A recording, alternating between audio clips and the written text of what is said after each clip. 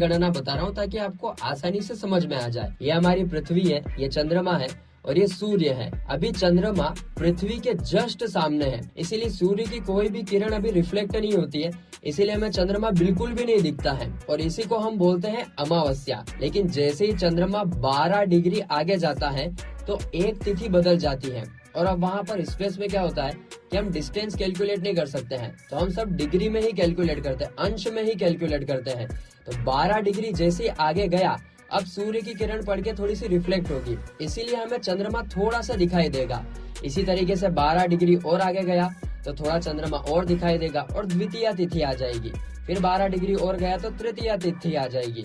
और इन तिथियों को हम शुक्ल पक्ष की तिथियां बोलते हैं, क्योंकि इसमें क्या हो रहा है कि जो चंद्रमा है वो धीरे धीरे हमें बड़ा होता हुआ दिखाई दे रहा है।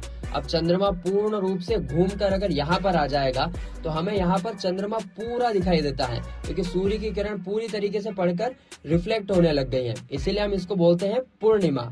अब क्या होगा कि चंद्रमा यहाँ से वापस आगे बढ़ेगा, 12 डिग्री और आगे बढ़ेगा तो कृष्ण पक्ष की प्रतिपदा आ जाएगी, मतलब कृष्ण पक्ष की एक तिथि आ जाएगी। यहाँ पर क्या होता है कि चंद्रमा घटता है, चंद्रमा धीरे धीरे कम दिखाई देने लग जाता है, इसलिए हम इसको कृष्ण पक्ष की तिथि बोलते हैं। अब चंद्रमा धीरे धीरे कम होते यहाँ पर आ गई अष्टमी और यहाँ पर ही भगवान कृष्ण का जन्म हुआ था, इसलिए हम यहाँ पर ये क्योंकि घट रहा है चंद्रमा तो रात अंधेरी हो रही है, इसीलिए हम ये वाला गाना भी गाते हैं, काली अंधियारी रातों में तू आया। तो दोस्तों हमारे पुराणों में ये नहीं लिखा हुआ है कि रात को 12 बजे भगवान का जन्म हुआ है, वहाँ पर लिखा हुआ है द्वापर युग में भाद्रपद मास में कृष्ण पक्ष, यानी कि ये कृष्ण पक्ष अष्टमी तिथि, यानी कि इस अष्टमी तिथि को रोहिणी नक्षत्र भी इसी जगह पर आता है, तो यहाँ पर भगवान कृष्ण का जन्म हुआ।